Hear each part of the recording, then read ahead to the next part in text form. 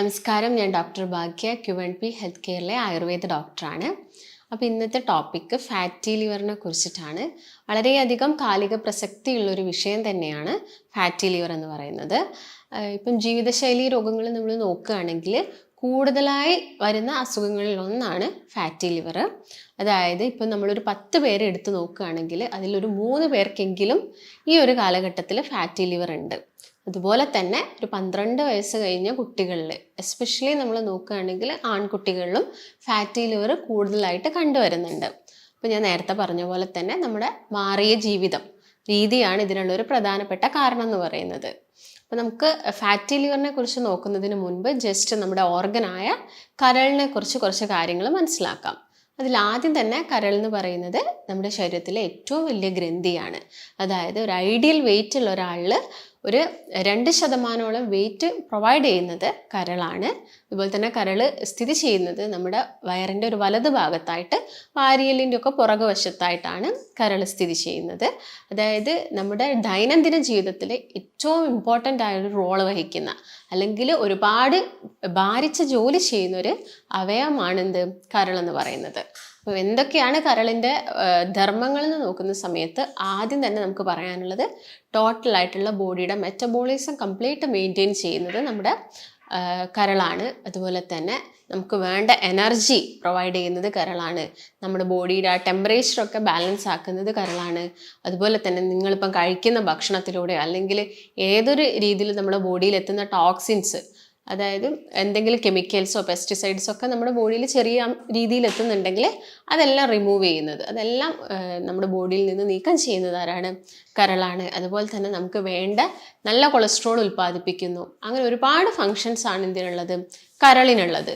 അതുപോലെ തന്നെ ഞാൻ നേരത്തെ പറഞ്ഞു നമ്മുടെ ബോഡിയായിട്ട് ഒരുപാട് അതായത് കോപ്പറേറ്റ് ചെയ്ത് പ്രവർത്തിക്കുന്ന ഒരു ഓർഗനാണ് കരൾ എന്ന് പറയുന്നത്. അപ്പം എന്താണ് ഫാറ്റി ലിവർ എന്ന് നോക്കുന്ന സമയത്ത് നമ്മുടെ കരളിലെ കോശങ്ങളിൽ ഫാറ്റ് അഥവാ കൊഴുപ്പ് വന്ന് അടിഞ്ഞു കൂടുന്ന കണ്ടീഷനാണ് നമ്മൾ ഫാറ്റി ലിവർ എന്ന് പറയുന്നത്. അപ്പോൾ നോർമലി ചെറിയ അളവിലൊക്കെ കൊഴുപ്പ് വരുന്നത് സാധാരണ ആയിട്ടുള്ളൊരു കാര്യമാണ്. പക്ഷെ നമ്മുടെ ലിവറിൻ്റെ വെയിറ്റിനേക്കാളും ഒരു 8 മുതൽ 10% കൂടുതലായിട്ട് കൊഴുപ്പ് വന്നടിയുന്ന സമയത്താണ് നമ്മൾ അതിനെ ഫാറ്റി ലിവർ എന്ന് പറയുന്നത്. ഒരു ഇനീഷ്യൽ സ്റ്റേജ് ആയിട്ടാണ് നമ്മൾ ഫാറ്റി ലിവർ പറയുന്നത്.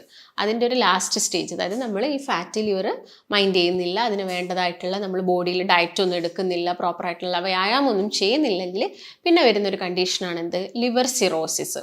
അപ്പോൾ ആളുകൾക്കുള്ളൊരു സംശയമാണ് ലിവർ സിറോസിസ് ഈ ആൽക്കഹോൾ യൂസ് ചെയ്തിട്ട് മാത്രമാണോ വരുന്നത്? അല്ല, നമ്മുടെ ഭക്ഷണ രീതിയിലൂടെയും വരാം, ലിവർ സിറോസിസ് വരാം. അപ്പോൾ ആദ്യം തന്നെ നമുക്ക് എന്തൊക്കെ കാരണങ്ങൾ കൊണ്ടാണ് ഈ ഫാറ്റി ലിവർ വരുന്നതെന്ന് നോക്കാം. അതിൽ നമുക്ക് മെയിനായിട്ടും 2 റീസൺസ് ആണുള്ളത്. ഒന്ന് ആൽക്കഹോളിക് ആയിട്ട് വരുന്ന കാരണം, മറ്റൊന്ന് പറഞ്ഞാൽ നോൺ ആൽക്കഹോളിക്. അതിന് മെയിൻ നമ്മുടെ ഭക്ഷണ രീതി തന്നെയാണ്.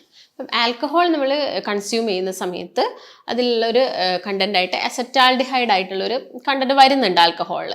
ഈ അസറ്റാൽഡിഹൈഡ് ആണ് നമ്മുടെ ബോഡിക്ക് ടോക്സിനായിട്ട് മാറുന്നത്. അതായത് കരളിലെ കോശങ്ങളെയൊക്കെ നശിപ്പിക്കുന്നു. പിന്നീട് ക്യാൻസർ പോലുള്ള അസുഖങ്ങളൊക്കെ വരാനുള്ളൊരു കാരണം ഈ അസറ്റാൽഡിഹൈഡ് ആണ്. അങ്ങനെയാണ് ആൽക്കഹോൾ യൂസ് ചെയ്യുന്ന സമയത്ത് ഈ ഫാറ്റി ലിവറും പിന്നീട് ലിവർ സിറോസിസ് ഒക്കെ ആളുകളിൽ വരുന്നത്. ഇതിൻ്റെ സെക്കൻഡ് കോസ് നോക്കുകയാണെങ്കിൽ നോൺ ആൽക്കഹോളിക് ആണ്. ഞാൻ നേരത്തെ പറഞ്ഞ പോലെ തന്നെ ഫസ്റ്റ് കേസ് ഫുഡ് തന്നെയാണ്. നമ്മൾ അമിതമായിട്ട് കഴിക്കുന്ന ഭക്ഷണം, അതായത് നമുക്ക് വേണ്ട എനർജി അല്ലെങ്കിൽ കലോറിനേക്കാളൊക്കെ കൂടുതലായിട്ട് നമ്മൾ കഴിക്കുന്നുണ്ട്? ഭക്ഷണം കഴിക്കുന്നുണ്ട്, അരി ആഹാരം എടുക്കുന്നുണ്ട്. അതുപോലെ തന്നെ പഞ്ചസാര അടങ്ങിയത്, അതായത് ഈ ഫ്രക്ടോസ് ഒക്കെ കൂടുതലായിട്ടുള്ള ഭക്ഷണങ്ങൾ, ഈ ബേക്കറി ഐറ്റംസ് കഴിക്കുന്നുണ്ടെങ്കിൽ, അല്ലെങ്കിൽ ഫ്രൈഡ് ഐറ്റംസ് ഒക്കെ ഒരുപാട് കഴിക്കുക, അല്ലെങ്കിൽ ഫാസ്റ്റ് ഫുഡൊക്കെ നന്നായിട്ട് കഴിക്കുക, ഇങ്ങനെയുള്ള ആളുകളിൽ പിന്നീട് ഈ കൊഴുപ്പ് എന്തായിട്ട് മാറും? നമ്മൾ കഴിക്കുന്ന ഭക്ഷണം ഡൈജഷൻ കഴിഞ്ഞതിന് ശേഷം അത് കൊഴുപ്പായിട്ട് സ്റ്റോർ ചെയ്യപ്പെടുകയാണ് ചെയ്യുന്നത്. കൂടുതലായിട്ട് നമ്മുടെ ലിവറിൻ്റെ ഭാഗത്തൊക്കെ അടിഞ്ഞു കൂടുമ്പോഴാണ് നമ്മൾ ഫാറ്റി ലിവർ വരുന്നു എന്ന് പറയുന്നത്.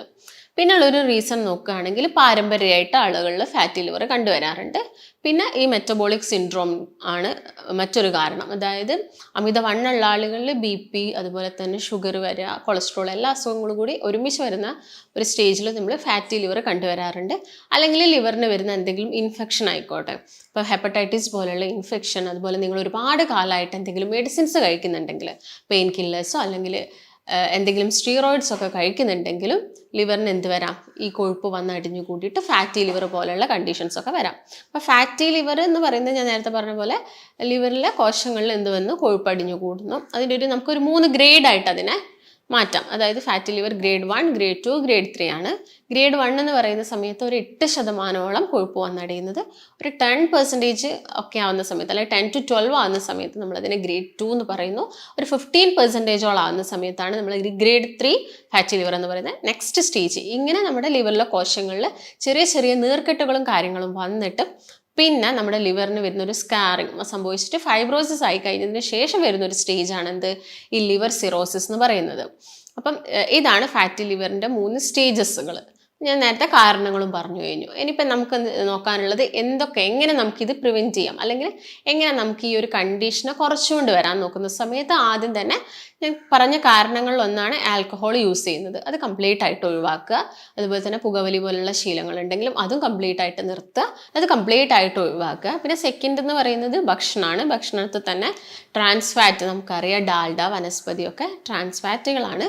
അത് ഉപയോഗിച്ചിട്ടുണ്ടാക്കുന്ന ഭക്ഷണങ്ങളൊക്കെ ഒഴിവാക്കുക. മെയിനായിട്ട് നമ്മൾ വീട്ടിലൊക്കെ ആണെങ്കിൽ ഒട്ടുമിക്ക ആളുകളും കോക്കനട്ട് ഓയിൽ തന്നെയായിരിക്കും യൂസ് ചെയ്യുന്നുണ്ട്. പക്ഷെ നമ്മളിപ്പോൾ ഹോട്ടലിനൊക്കെ ഫുഡ് ഒരുപാട് കഴിക്കുന്നുണ്ടെങ്കിൽ അവരുടെ ആ ഒരു കൺവിൻസിന് വേണ്ടിയിട്ട് അവർ കൂടുതലായിട്ട് എന്തായിരിക്കും ഈ ഡാൽഡയോ കാര്യങ്ങളൊക്കെ യൂസ് ചെയ്യുന്നുണ്ട്. അപ്പോൾ അതൊക്കെ കംപ്ലീറ്റ് ആയിട്ട് നമ്മൾ ഒഴിവാക്കാൻ വേണ്ടി നോക്കുക. അതുപോലെ തന്നെ ആഡഡ് ഷുഗേഴ്സ്, ഇപ്പോൾ പഞ്ചസാര ആയിക്കോട്ടെ, ശർക്കര ആയിക്കോട്ടെ, അല്ലെങ്കിൽ തേന്, നമ്മളിപ്പം കടകളിൽ നിന്ന് വാങ്ങുന്ന തേനുകളിലൊക്കെ ഒരുപാട് മിക്സിംഗ് ഒക്കെ നടക്കുന്നുണ്ട്. അപ്പോൾ അതിൻ്റെ ഉപയോഗം മാക്സിമം കുറയ്ക്കുക. അതുപോലെ കോളകൾ, ജ്യൂസുകൾ, കാർബണേറ്റഡ് ഡ്രിങ്ക്സുകൾ, അതൊക്കെ കംപ്ലീറ്റ് ആയിട്ട് ഒഴിവാക്കുക. അതുപോലെ സോസ് മിക്സ് ചെയ്തിട്ടുണ്ടാക്കുന്ന ഭക്ഷണങ്ങളൊക്കെ ഒഴിവാക്കാൻ വേണ്ടി ശ്രദ്ധിക്കുക. പിന്നെ ഞാൻ നേരത്തെ പറഞ്ഞ പോലെ തന്നെ ഹൈ ഫ്രക്ടോസ് കോൺ സിറപ്പുകളാണ് കൂടുതലായിട്ടും ഇപ്പം ബേക്കറി ഐറ്റംസിലൊക്കെ യൂസ് ചെയ്യുന്നത്. അപ്പോൾ അതൊക്കെ മാക്സിമം കുറച്ചുകൊണ്ട് വരിക. അതിൻ്റെ കൂടെ തന്നെ നമ്മൾ ഭക്ഷണത്തിലൊക്കെ എന്ത് ചെയ്യുക, നമ്മൾ കൂടുതൽ ന്യൂട്രീഷ്യസ് ആയിട്ടുള്ള ഫുഡ്, അതായത് കാർബോഹൈഡ്രേറ്റ്സ് കുറച്ചിട്ട് പ്രോട്ടീൻസ് എടുക്കാൻ നോക്കുക. അതായത് കാർബോഹൈഡ്രേറ്റ്സ് നിങ്ങളിപ്പോൾ ഒരു ഡേ എന്ന് പറയുമ്പോൾ നന്നായിട്ട് വെള്ളരിയൊക്കെ യൂസ് ചെയ്തിട്ട് ചോറ് കഴിക്കുന്ന ആളുകളാണെങ്കിൽ അതൊക്കെ കുറച്ചുകൊണ്ട് വന്നിട്ട് അതിൻ്റെ കൂടെ കുറച്ച് തവിടുള്ള അരി യൂസ് ചെയ്യുക. അതുപോലെ തന്നെ കുറച്ച് പ്രോട്ടീൻസ് അധികം ചെറുപയറോ കടലയോ പരിപ്പോ അതൊക്കെ എന്ത് ചെയ്യാം എടുക്കുക. സാലഡ്സ് സൈഡിലൂടെ എടുക്കുക. പിന്നെ നന്നായിട്ട് വെള്ളം കുടിക്കാൻ നോക്കുക. ഇതിൻ്റെ കൂടെ തന്നെ നല്ലൊരു വ്യായാമം, അതായത് ഒരു 45 മിനിറ്റ്സ് നമ്മളെ ബോഡിക്ക് നല്ലൊരു എന്ത് കൊടുക്കാം, എക്സസൈസ് കൊടുക്കുകയാണെങ്കിൽ തന്നെ നമ്മൾ ആ ഒരു വിയർപ്പിലൂടെ തന്നെ നമുക്ക് ആ കൊഴുപ്പൊക്കെ കംപ്ലീറ്റ് ആയിട്ട് പോകുന്നത് കാണാൻ പറ്റും. അതിൻ്റെ കൂടെ തന്നെ നന്നായിട്ട് ഉറങ്ങാൻ വേണ്ടി ശ്രദ്ധിക്കുക.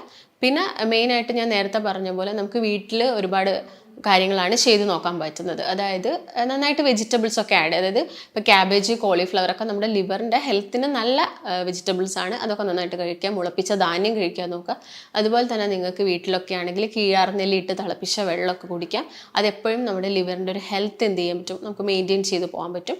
അതുപോലെ തന്നെ നിങ്ങൾക്ക് എന്ത് ചെയ്യാം, ഡെയിലി നമ്മുടെ ഭക്ഷണത്തിൽ വെളുത്തുള്ളി, ചുവന്നുള്ളി ഇങ്ങനെയുള്ള നമുക്ക് വീട്ടിൽ കിട്ടുന്ന കാര്യങ്ങളൊക്കെ നന്നായിട്ട് ചേർത്ത് കഴിക്കാൻ വേണ്ടിയിട്ട് തന്നെ ശ്രദ്ധിക്കുക. കാരണം ഞാൻ നേരത്തെ പറഞ്ഞല്ലോ, നമ്മുടെ ബോഡിയിലോട്ട് ഒരുപാട് ടോക്സിൻസ് അല്ലെങ്കിൽ കെമിക്കൽസ് ഒക്കെ ഡെയിലി എത്തുന്നുണ്ട്. അപ്പോൾ നമ്മൾ ഈവൻ കഴിക്കുന്ന പച്ചക്കറികൾ, കടകളിൽ നിന്ന് വാങ്ങുന്ന പച്ചക്കറികളാണെങ്കിൽ ഒരുപാട് കീടനാശിനി അടിക്കുന്നുണ്ട്. അതുപോലെ തന്നെ നമ്മൾ കഴിക്കുന്ന മത്സ്യങ്ങൾ നമ്മുടെ കടലിലോട്ടും പുഴകളിലോട്ടൊക്കെ ഒരുപാട് മാലിന്യങ്ങളൊക്കെ തള്ളുന്നുണ്ട്. ഇതിൻ്റെ ഭാഗമായിട്ട് വരുന്ന ചെറിയ ചെറിയ ടോക്സിൻസ് ഒക്കെ ചിലപ്പോൾ നമ്മുടെ വയറ്റിലെത്തിയിട്ട് അത് റിമൂവ് ചെയ്യാൻ വേണ്ടി ഹെൽപ്പ് ചെയ്യുന്നത് ആരാണ്, ലിവറാണ്. അപ്പോൾ ലിവറിൻ്റെ ഹെൽത്ത് എപ്പോഴും എന്തായിരിക്കണം, ഓക്കെ ആയിരിക്കണം.